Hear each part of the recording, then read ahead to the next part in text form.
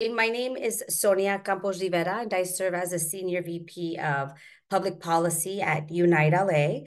And I'm so very pleased to be here with you and having this amazing discussion about our state of our economy and what we're going to be doing to ensure that the great work is continuing. Before I get started and before I introduce Unite LA, I do want to say a warm thank you to our partners at First 5 LA who are going to take the screen shortly. And thank them for co-sponsoring our event. We're so excited to continue working with our partners at First 5 LA. I won't say much about them as Jamie jumps on and does a little bit more of an intro.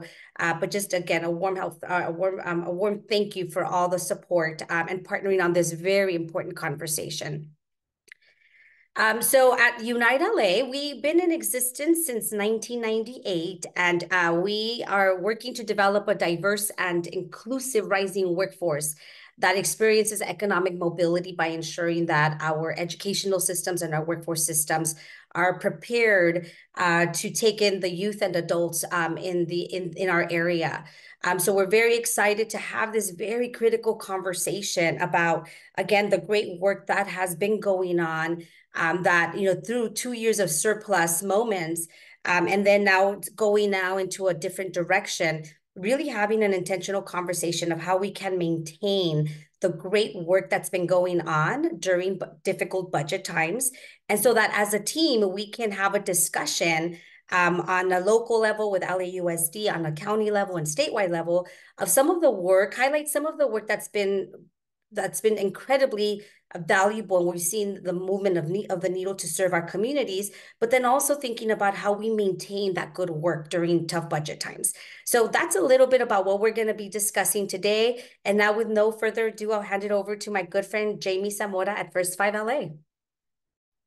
Great. Thank you so much, Sonia. And good morning to everyone online. And thank you really for joining us here today.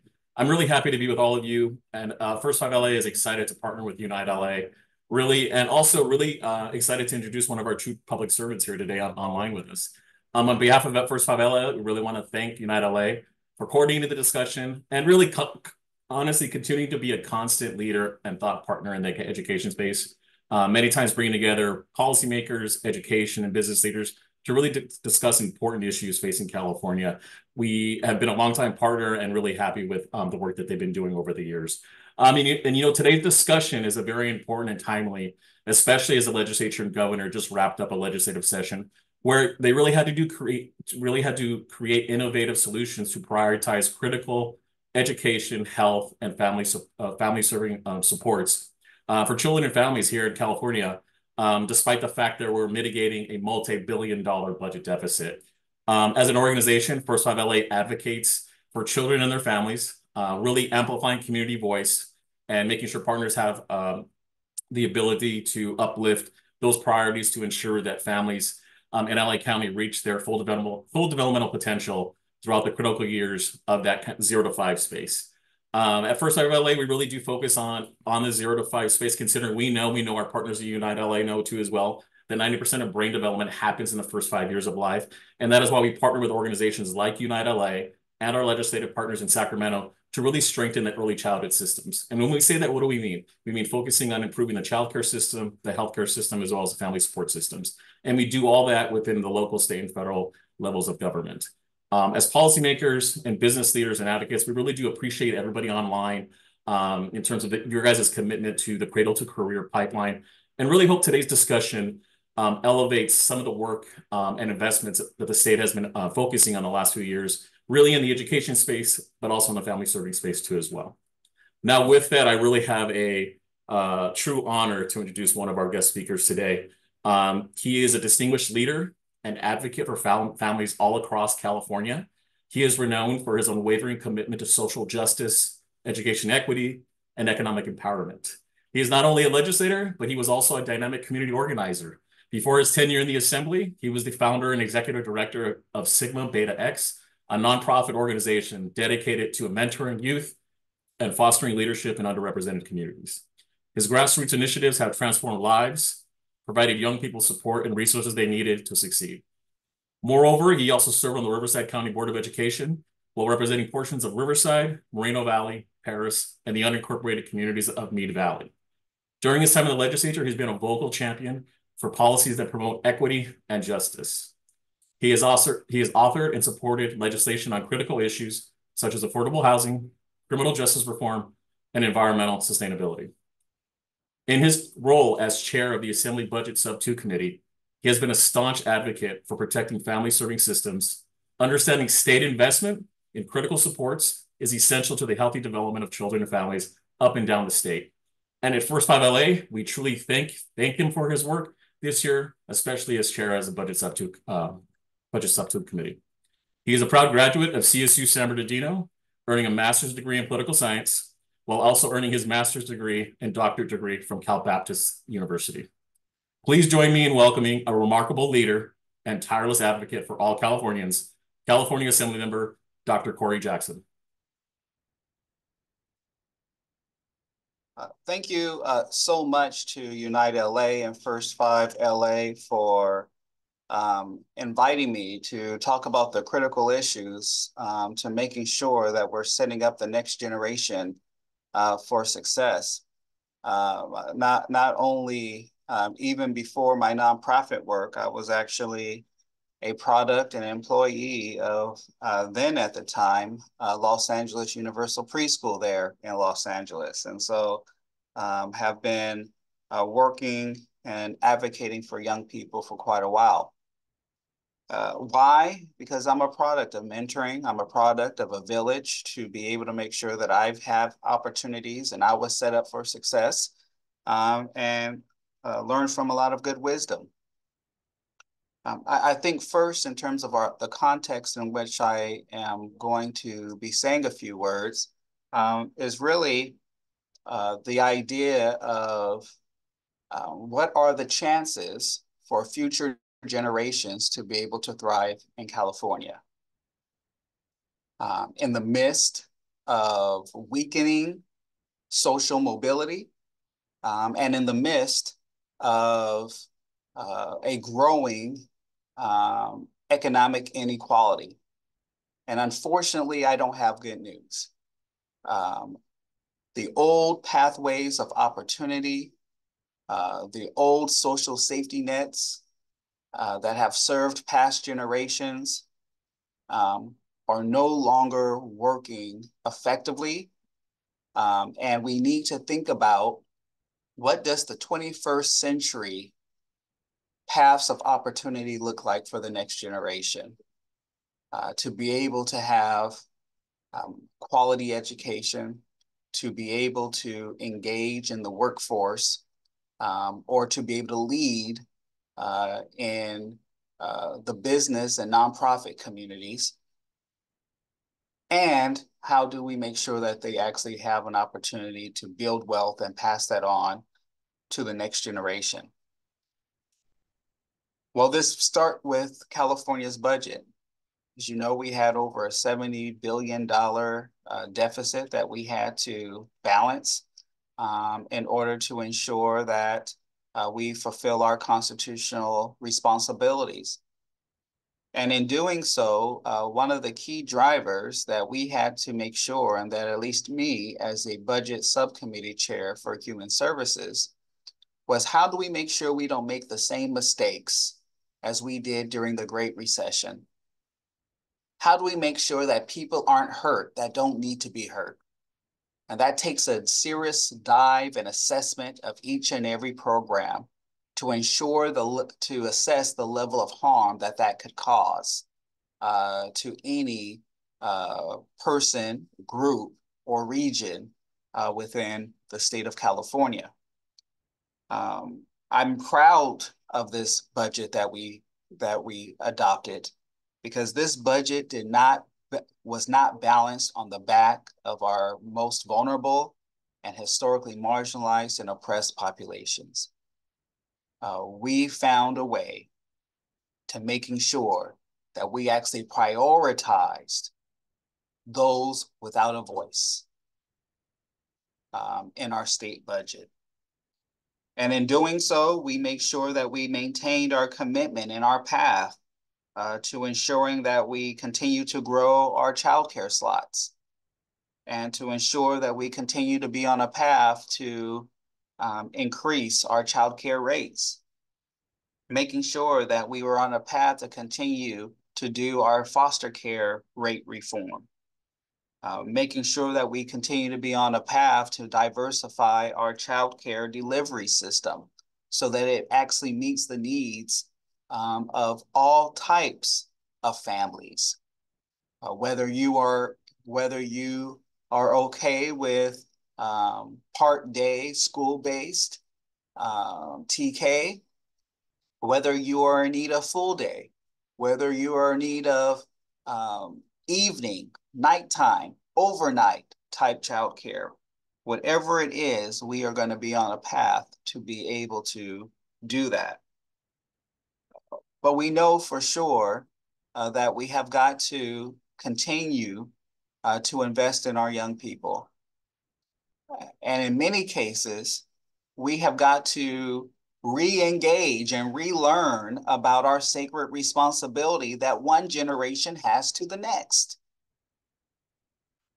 Our parents, our grandparents, certainly our great-grandparents understood that their responsibility was to set up the next generation to do better than they did. Not the same, but better than they did. And we have got to be about that mindset and that philosophy today. We are in a unique opportunity when it comes to not only California, but our nation, where there is still time for innovation. There is still time for experimentation. There is still time for reform before our population is stable enough to create a new norm, which means we need as many people to continue to think about new ways to transform our economy, transform our social safety net, transform our education systems, and transform the priorities through our budget of the state of California. I was also asked to talk a little bit about how to engage in the budget process. And I would say that you need to engage early and often. Certainly the first time that the governor proposes his January budget is the time that you need to connect with your state legislators to ensure they understand what the priorities should be in pertaining to serving young people and ensuring that we have a strong cradle-to-career pathway of success. But you can't stop there. You have to continue to engage, continue to propose solutions, and continue to making sure that you are educating and advocating. The next critical time is through the May, and of course, attending and participating in the budget hearings that come after the January budget. And then, of course, what's critical is also during the May revise, in which as soon as the governor comes out with his May revise, you have to engage right away. Because certainly if you wait 2-3 weeks after the May revise, decisions are already being completed to ensure, because we don't have very much time to create a budget. But certainly the idea is out of any time in California's history, this is the time to engage the most, because what we decide in the next 2 to 3 years will determine the trajectory of California for the next 20, 30, 40, 50 years. And so thank you very much for having me, and looking forward to answering any questions you may have. Assemblymember, it's so nice to have you again. Welcome to our Education Means Business webinar. And it's a true pleasure to have your energy and your innovation, shared with us today. So we want to thank you for that. I really appreciate your comments and really flagging that we can't go back to business as usual. It's not working. We need to be innovative. We need new ideas. And that's exactly what this call is about today, thinking about the progress we've made and how we maintain that great work. So we only have about 15 minutes with you for our dialogue. But very quickly, before we get into the meat of our conversation, just wondering, what are some of your reactions around some of the bills that have been signed or vetoed? We're right getting to the tail end of it. Any reactions to the governor's decisions these last couple of weeks? You know, I'm not actually surprised by any of his vetoes or anything like that. I think he's always made his philosophies and his decision-making process very clear to us.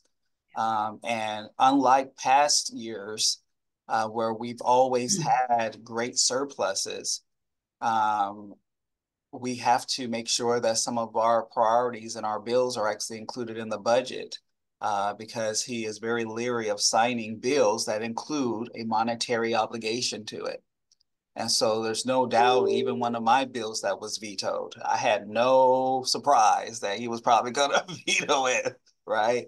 And so, you know, again, we have to make sure, and this is a hyper partisan political year as well, which means that, you know, California has been used as a punching bag right now in so many places in our national discourse, right? That we have to make sure that we are responsive to that and how that could have ripple effects throughout the nation. Yeah, wonderful. And again, just as we start our conversation around budgets, definitely want to thank you and your colleagues. We all recognize that it was a very, very challenging budget year.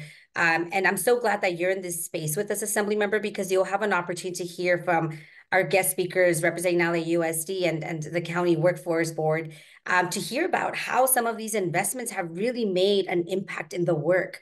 And I think it's important to have that conversation amongst various groups to really demonstrate how that impact is happening and how we can continue to move forward during those challenging budget years. So I'm really excited about this conversation. So some of the questions that I have for you, Assembly Member, I'm going to try to hit a lot of the various educational sectors, but I'll start with early care and education.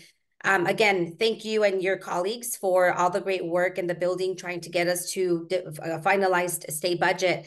And most notably, codifying the 200,000 early learning spaces for state subsidized care and ensuring that early learning rate reform is implemented without delay. You alluded to that in your opening remarks.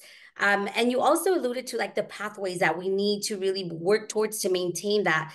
From your perspective, Assembly Member, what can we do to not only safeguard current early learning investments, but double down on continued support given significant gaps we will still have that we're currently going to be facing? Well, the main thing is, as I said before, is to ensure that when the governor comes out with his January budget, that you set up your district meetings, your Sacramento meetings, and participate in the hearings. That is going to be so critical because that's how we gauge, right, what the needs are, and just to assess, did we miss something? Now, remember, we're the 5th largest economy in the world, over close to $300 billion budget. It is impossible to know everything. And so that's why it takes public participation to be able to do that. But you alluded to the codification of the 200,000 childcare slots. And you need to understand how important that was. Because people I don't think realized that the 200,000 childcare slots was a governor initiative. It was never a legislative initiative.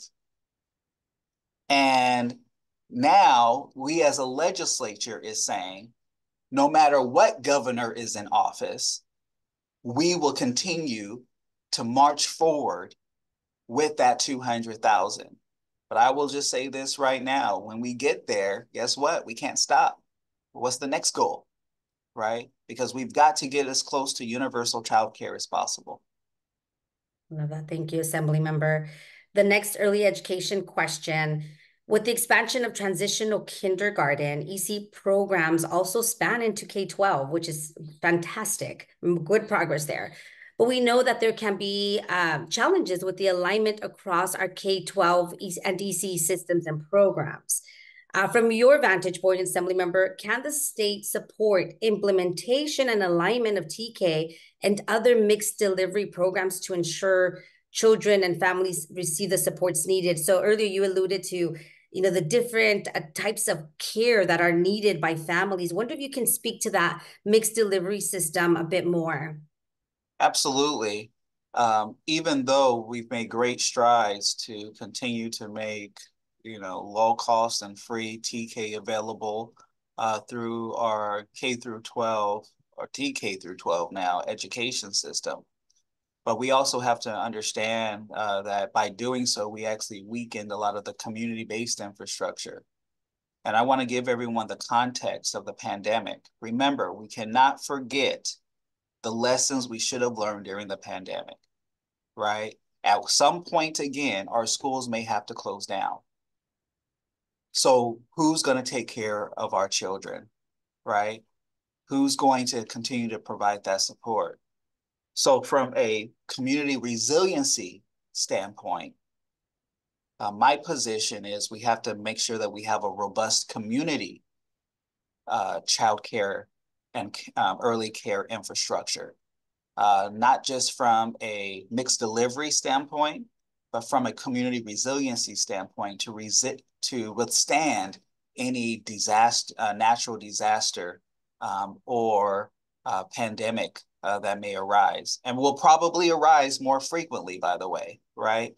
And so again, I think that it is clear that if you're a single parent, our current TK system doesn't work very well for you, right? You need all day. And if you're in the Inland Empire, and I used to be one of those people who drove for 6 years from the Inland Empire to LA, you leave around 6 to 7 o'clock in the morning and you don't get back until 7, 8 o'clock in the morning, depending on how many accidents are on the freeway, right? Who's going to help support your children at that time? And so the idea is we have to make sure that we don't create a system that says, if you can fit into how we do things, you'll be fine. Instead, we need to assess what the needs of our community is and ensure that we design systems that meet their needs. Love that. Thank you, Assemblymember. I'm going to transition now to dual language and English language learner questions. How can we ensure that the state budget includes increased funding for teacher training programs and create opportunities for districts to attract and retain bilingual teachers, particularly in high-need areas, to effectively address the overall teacher shortage and enhance support for English language and dual language learners? Well, first, let me say English language and dual language learners the population is going to increase simply by the migration that is happening, right? Our El Salvadorian brothers and sisters, our Ecuadorian brothers and sisters, our Haitian brothers and sisters, our Ukrainian brothers and sisters, our Congolese brothers and sisters, right? They're coming from all over the world. And we have to make sure that we are able to have the workforce to support them as they are their children going through our education system, which is a great challenge, by the way. We thrive in California based upon our diversity. But I would also say that we also need to make sure that we continue to provide greater incentives to be able to make sure that being a teacher is not such a sacrifice, and that we can make sure that we have a various amount of incentives. I know superintendents now who've been in the game for decades, and they were able to purchase their first home because of the old school teacher home buying assistance programs, right? Where they only had to pay half of their down payment, or sometimes even less than that. Yes. Right. But the idea is we've got to do that we have to reinvigorate those incentives again for our teachers, for our doctors, for our nurses, for our social workers, right? All of the ones that we have critical professions, we have critical needs for, in order to make sure that we're able to provide the services that we need for our population. Wonderful. I'm going to try to squeeze in two more questions, Assembly Member. Sure. So let's see here. A number of triggers that the legislature and governor committed to in previous years were not acted upon. Notably, one that the United LA was incredibly supportive of was Cal Grant reform, which would have allowed for an additional 130,000 students to enter into our post-secondary system. How do we ensure that these types of economically mobilizing reforms are prioritized in future years? Well, let me just say that it wasn't prioritized. It was just that we had nothing but hard decisions to make, right? I mean, let me give you an opportunity to just so that you understand. It's more about, you know, do you help someone? No matter what decision that you make, you knew you were going to cause harm. So the question is, what decision creates the least amount of harm? And so there's many of us that are committed to expanding because we know it's critical to, again, create that new opportunity pipeline for higher education and career training programs.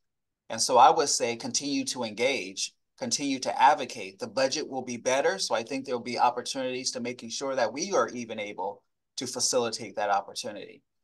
It's just that the programs that we were trying to save were actually more life and death type things as opposed to opportunity type things. Yeah. Thank you, Assemblymember. Last question. How can the state better integrate holistic homeless services with education and employment programs to support opportunity youth? That's a population that needs so much support. And thinking about comprehensive supports and with the special eye towards like homelessness and education supports, wondering if you have any ideas of what we can be doing to support this population. Well, I think the first thing is we have to transition our community schools competitive grant program to more of a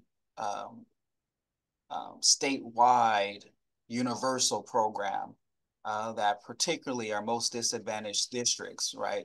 Those who have over 80% low income qualifying for, free lunch programs, right? We have to make sure that we do that.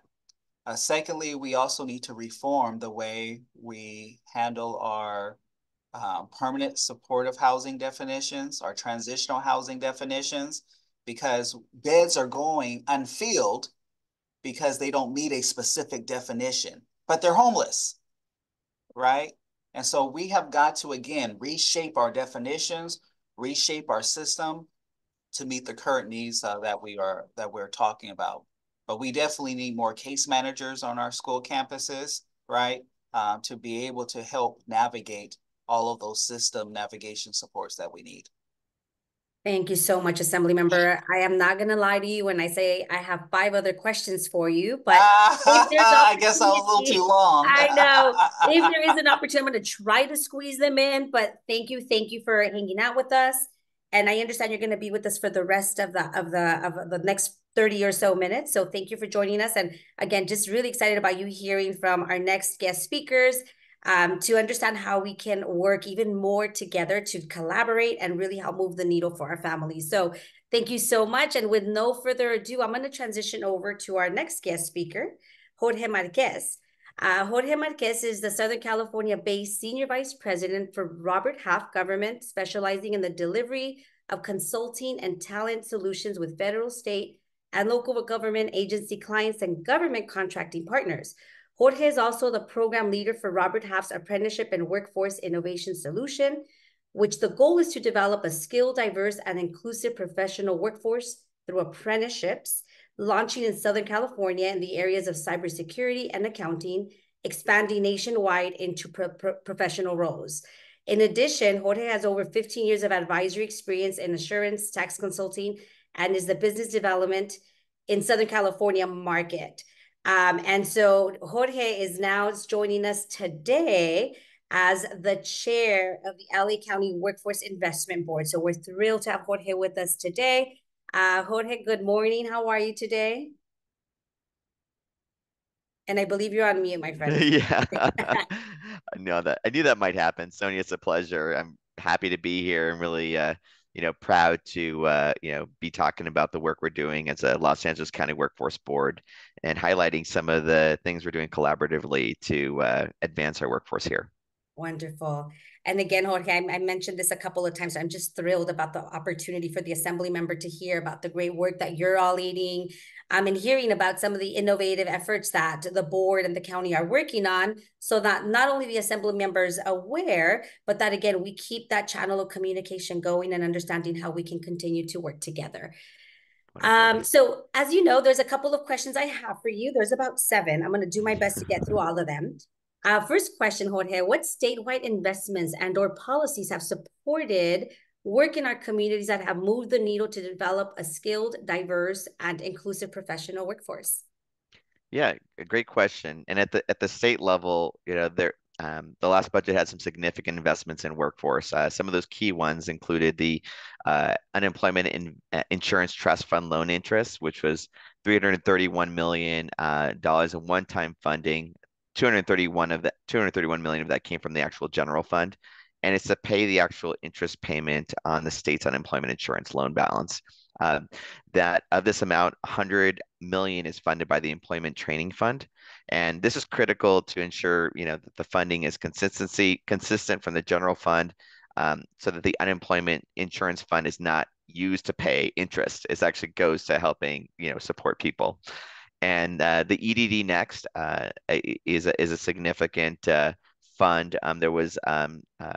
It's to fund updates and upgrades to the Employment Development Department system, the EDD system, which allows for about 326 million one time in 2024 to 2025 fiscal year.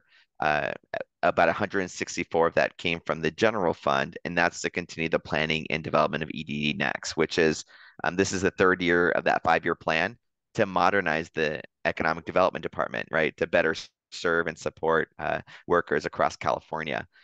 This includes enhancing the benefit system, such as improving their call centers, simplifying forms, and on the call centers piece, that includes like providing translators so that there's multiple languages available to our English language learner, English as a second language folks, as well as simplifying forms and notices, user testing, engagement, developing data analysis. They want to be very data driven in providing tools to curb things like fraudulent benefit claims, but also improve training as well.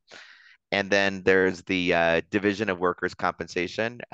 They received an increase of about 12 million, and that Workers' Compensation Administration revolving fund to address increasing workload and reducing hearing wait times. People need this money, and to be waiting for those checks to come through and be processed can be laborious. So we're trying to, across the state, really reduce those wait times so people can get the money they so desperately need, and reduce some of the backlog of the workers' compensations appeals.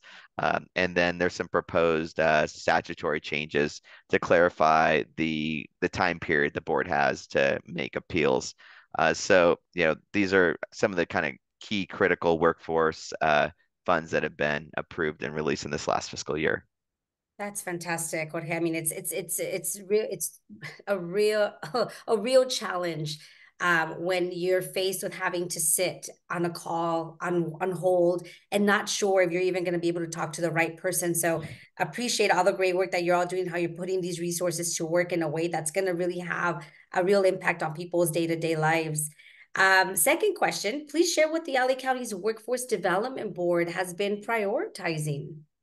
Yeah, so we've been working on a few key priorities related to our modernization, being able to better serve the greater county residents and workers and also employers. So we've been focused on really how do we take workforce training into the future, right? How do we continue to support the next generation of workers?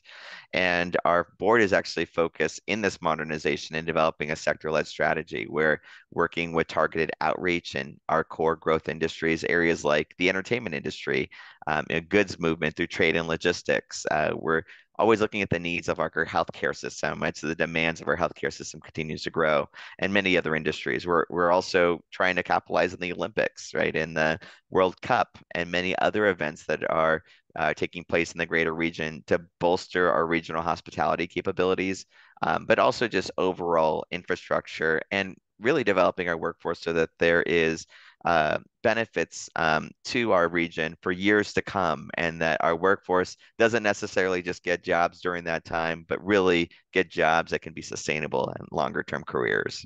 I love that. Jorge, you mentioned the Olympics, and obviously that's something that we're all excited and eager to see how we roll that effort out. Wondering, what are your thoughts on the opportunities to incorporate vulnerable Angelenos, particularly immigrants, into Olympic efforts, right? As we think about bolstering our workforce efforts and ensuring that we're prepared for the big games, what are your thoughts on looking at how we incorporate vulnerable Angelenos, specifically immigrants, into those plans? Yeah, I think we need to be very targeted in reaching people where they are. It's like I think about like our America's Job Centers of California, right? We have almost 20 of them across the greater LA County region. And I think it's important that we, reach out to those communities. We won't just say, like, hey, here we are coming to our centers, but really connect with them in their communities, really show the opportunities that are available through these the Olympics and through the World Cup coming up, and how they can really become a part of that as their community, and how they can contribute, and then give them the resources they need, from being able to reach them with their respective languages, provide training and wraparound support services to be able to help them, from social services to transportation, so that they can get the training and then have the coaching to be able to align into those careers that will be generated because of these major events. So it's really about connecting where they are and providing those pathways. Thank you, Jorge.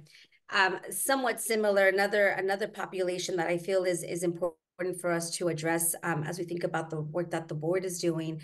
How has the board incorporated opportunity youth, foster youth, and justice involved individuals into your work, into your board efforts? Yeah. I'll start with the youth, opportunity youth, foster youth. One of our major programs that some of you may know about is called our Youth at Work program. It provides work experience with a comprehensive and strategic set of employment, training, support services provided through a network of our America's Job Centers of California. They, as we call the AJCCs. So the LA County residents, they're anywhere between the ages of 14 and 24, have the right to work in the U.S., right? That's important that they have the right. We prioritize those youth populations that are, dropout, CalWorks, probation, foster homeless, transition age youth, low income households, LGBTQ. And as offender, pregnant, parenting, those who have a disability, anyone who has any kind of barriers to entry in their careers, like even English language learners, right? So we target and reach out to them, connect with them through these America's Job Centers of California. We provide work fairs and throughout the community so that they're aware of these programs, and we provide basically a program where we place LA County youth into a paid job that leads to a long-term career pathway. So this includes, high demand, high growth industries, with outward, growth and mobility. So, to give you an idea of what that includes, the youth, they get basically 160 hours of personal enrichment training and paid work experience. This includes, they get paid, a good starting wage to start the program and do this program. They also have the opportunity to work in a variety of employers. So we place them in public, private, nonprofit sectors, really based upon where their interest lies and what they want to do. And then this also can lead to long-term employment and training. So usually this is kind of a first step, and could lead into opportunities like even like LA County parks, for example.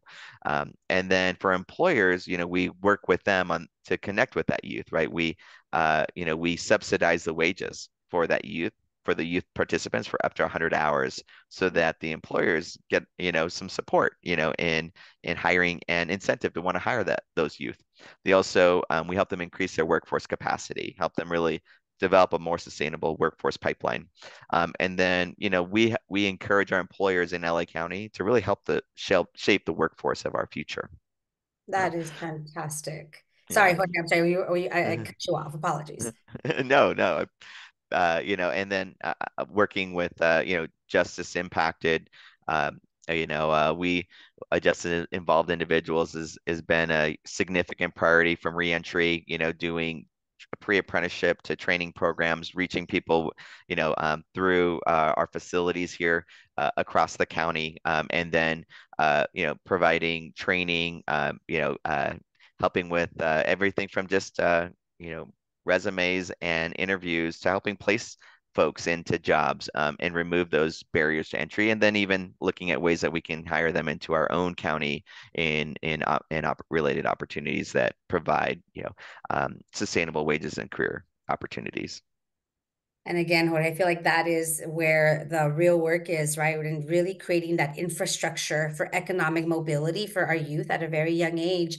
My last question, which is a perfect segue, is, what role does the federal government play in this? You're talking about subsidies, the investments for these types of critical programs. What role does the federal government play, and I know, to ensure that we're supporting a diverse and inclusive workforce? Yeah. It's a great question, because right, how do you bring this national kind of infrastructure, the DOL, one of the big things that funds us is the Workforce Investment Opportunity Act, right? And that money gets pushed down to the states and into our local county. And our real big priority we call it the Workforce Investment Opportunity Act reauthorization, or WIOA reauthorization. It passed the House, and it does sit currently in the Senate negotiations. And our current system is functioning without this reauthorization, but we're talking billions of dollars that funds these programs across the country and going to the states and the localities. So like that money getting first, reauthorized in a way that first benefits our local needs of our workforce is really, the first priority. Some of those things include, I think for us, making sure that youth continues to get funded. It's one of the areas of the reauthorization that's currently, being, I think, argued about. And we believe that workforce starts first with our youth. We got to invest in our future.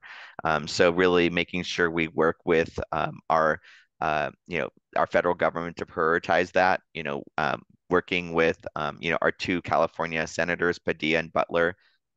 We need to work with them and, to make sure that the deliberations take place, our local, as well, Congress folks, to make sure that we're driving the priorities and needs of our local workforce. So I think that's going to be key is really WIOA. And we are definitely on that, Jorge. Thank you so much for the reminder. We were there to celebrate the reauthorization of WIO, which is probably what now, Jorge, maybe 10 or so years ago. I'm forgetting when we reauthorized. We're due. And you have Unite LA's support on that as well. So thank you so much, Jorge, for joining us. We're going to transition over to Pedro, and we'll see if we have time for another question before the end of the call. Thank you so much for your time and for your great thoughts and leadership. Thanks, and it's my pleasure. Thank you, Jorge. All right, so our last speaker, we are just flying right by, is my very good friend, Pedro Salcido. I feel like I haven't hung out with you, Pedro, in a while, so it's wonderful to be in the space with you and reconnect. But for those of you that don't know you, I'm going to quickly read out your bio. Since joining LAUSD in 2012, Pedro Salcido has served in a variety of roles. Appointed in November 2022, he is currently the Deputy Superintendent of Business Services and Operations, overseeing the critical work and divisions that enable the school district to operate. And there's a whole lot that goes with that, including finance, food services, facilities, information.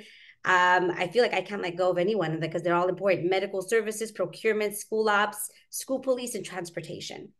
And current strategic initiatives under his purview include healthier and more appealing school meals, wireless modernization, school building modernization projects, and zero-based budgeting.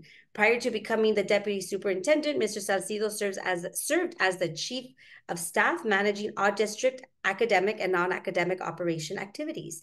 Pedro, welcome, and thank you for being with us today. Thank you. Thank you. Thank you. So same as I said to the Assembly member and Jorge, I have like 5 or so questions, going to do my best to get through all of them. But I wonder if you can start by sharing a little bit of your thoughts on LAUSD's budgetary and legislative year. What did you think about how this year went, both on budget and legislation? I think I'm going to feed off of what Assemblymember Jackson kind of hit on when we're talking about, we started the year off with a pretty drastic swing in revenue projections, right? And, for our folks' knowledge, we approve annually in June a 3-year budget. We take what the budget has approved or is about to approve in June. That usually will be built into our budget with the assumptions into the out years based off of COLAs that have been published by the Department of Finance. And what we saw in January's proposal was a significant reduction in the cost of living adjustment in the COLA, to the point where it was literally a $600 million swing in our budget. That is significant. And when we're talking about making adjustments and commitments to our compensation structures for our employees, we had historic strikes that took place in our district last year that resulted in historic compensation increases. And those agreements were very much built on commitments that had been approved in Sacramento.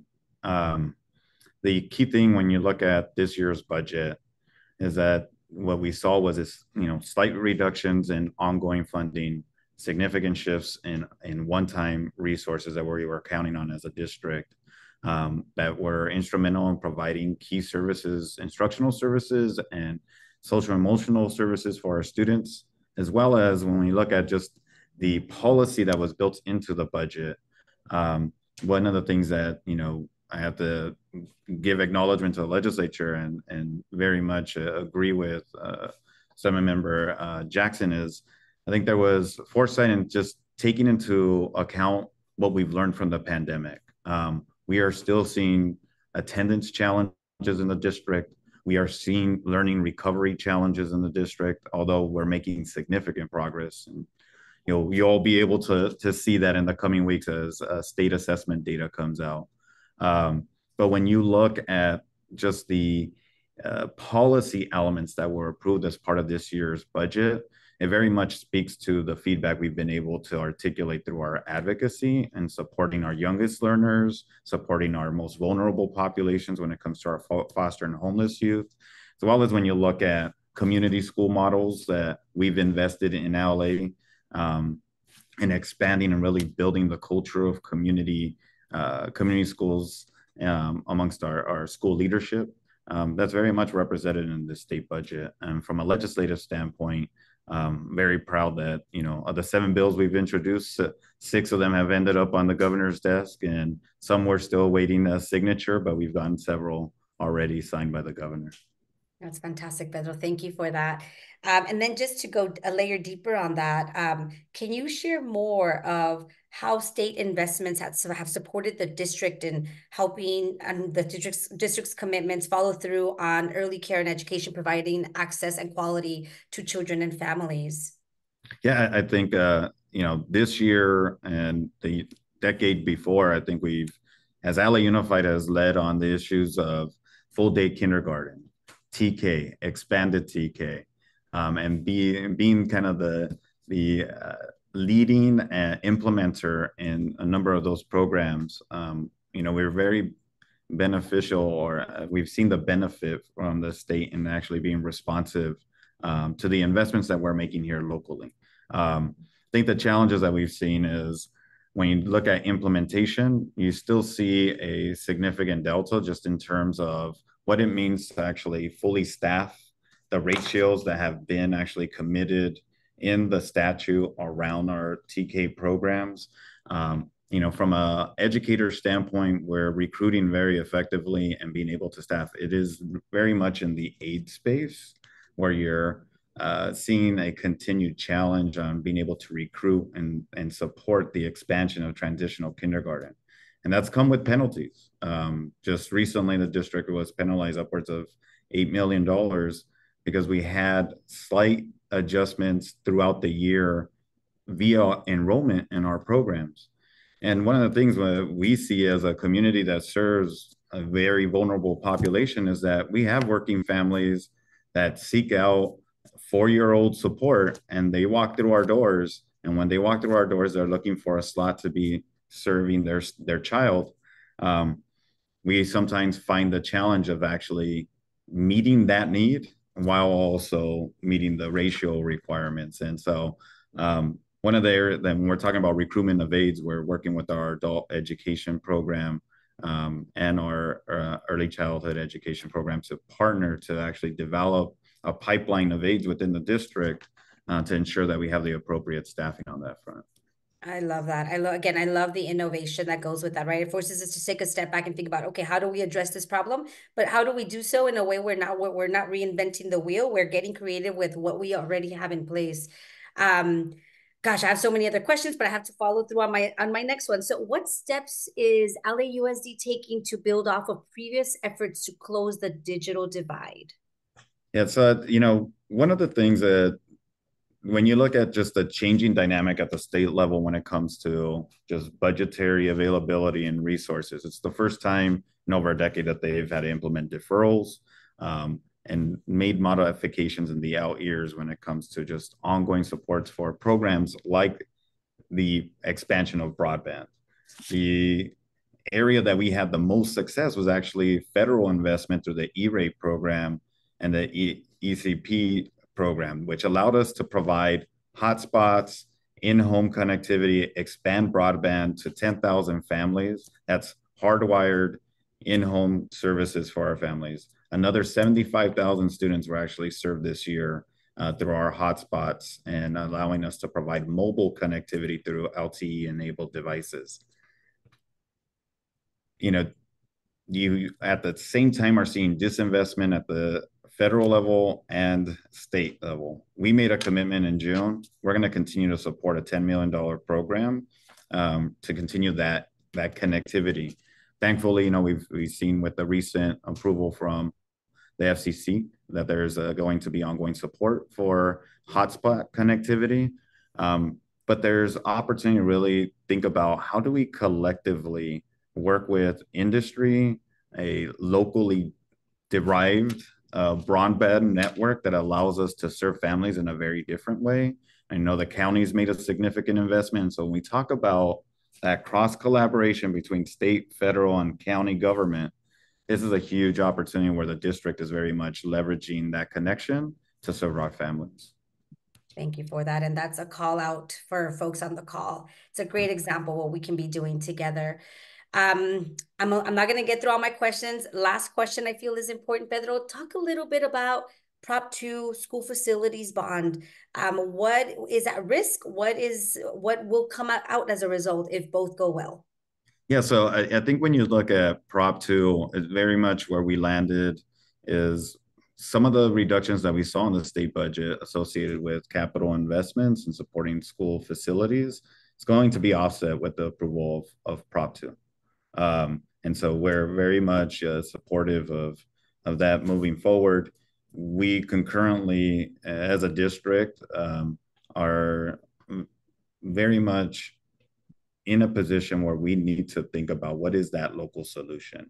We have a need of upwards of $80 billion as a district of deferred and I would say unfunded need in the district that requires us to modernize our facilities when it comes to seismic safety, greening, getting our facilities up to a 21st century level of service for our students. And so, you know, we invested over the last 2.5 decades, $24 billion building 131 schools. We now have in front of us $80 billion worth of unfunded need when it comes to modernizing our schools. And so they go hand in hand. The local measure that the district has put forward very much speaks to our local need and finding local solutions, we will, very much be leaning on the state to provide those additional funds, but it's a drop in the bucket when it comes to LA Unified's needs. And so I'm not in a position to say support or oppose, but I think it's important for the community to understand that when it comes to supporting schools, it's both an academic learning recovery approach, but it's also providing the conditions for which students need to learn. And that's very much in a facility that has 21st century technology, Wi-Fi, upgraded networks to support students' learning. Thank you, Pedro. Well, with no further ado, I'm going to ask that we bring our other speakers, Assemblymember Jackson and Jorge, back on the screen so that you can get a virtual and silent thank you from all of our participants that are with us today. So hopefully they can come back on screen. But if anything, I feel like this is just a conversation where we could, again, really walk away understanding what progress we've made and understanding what needs to be protected, what needs to be safeguarded, and also think about those opportunities. So we'll go ahead and begin to wrap up since we're almost at time. Pedro, thank you so very much for joining us. It was a pleasure to share this space with you. And look forward to more conversations. And there's a couple of things that you mentioned that I know a couple of us at Unite LA, and I'm sure maybe even some of our audience members are going to probably be reaching out to you to discuss some more of that. So thank you for that. So we'll go ahead and hang out with Pedro for a little bit longer. Again, wondering if we can pull Jorge and the assembly member back on the screen. We may be having some technical difficulties doing that. But in the meantime, I did want to just ask our participants, we're really trying to learn more about how we can make our Education Means Business webinars more innovative and helpful and bringing you the latest and greatest that you're all interested in learning more about. So we are going to include a link to the chat for a very short survey, 10 questions, where we're simply going to be asking you, what are the areas that you're most interested in learning more about? What are areas that perhaps we haven't really shed light on that need attention? So that link has already been added. And again, it's going to take no more than 5 minutes of your time. So if you can help us in completing that, that would be incredibly helpful. Something tells me, Pedro, we were unable to bring our other friends to the screen. So, oh, and there's Jamie, maybe there's Jamie there. Maybe the assembly member. Okay, so we'll go ahead and respect that. So, Jamie, any closing thoughts just on anything that you'd like to add as our partner? No, just to thank you to Unite LA for continuing to be a huge advocate in this space. And again, to thank you to Pedro, as well as the assembly member, and Jorge for uplifting many of the issues that many of us on this call really do care about. And look forward to continuing to partner as we get into 2025. As we all know, we're going to be real busy again. So thank you again. Yes, thank you, Jamie. Thank you, everyone, for joining us, and have a wonderful rest of the day. Have a good day. Bye-bye.